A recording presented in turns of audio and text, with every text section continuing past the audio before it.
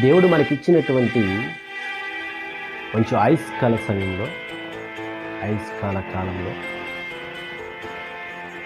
దేవుని మహిమపరచుటలో, దేవుని స్తుతించుటలో చాలా ప్రాముఖ్యమైన పాత్ర మనం వహించాలి. దేవుని మహాకృప చేత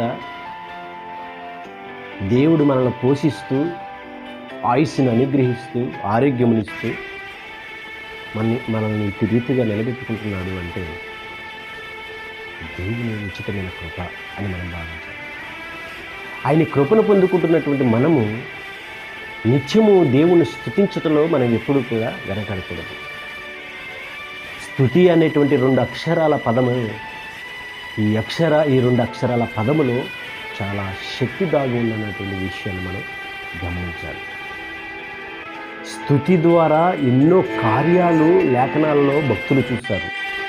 స్తుతి అనేటువంటి పదము ద్వారా, వారి బ్రతుకు ద్వారా నేరుగా దేవుణ్ణి నిలిపేసేటువంటి ఒక గొప్ప కార్యం, అది గొప్ప శక్తి.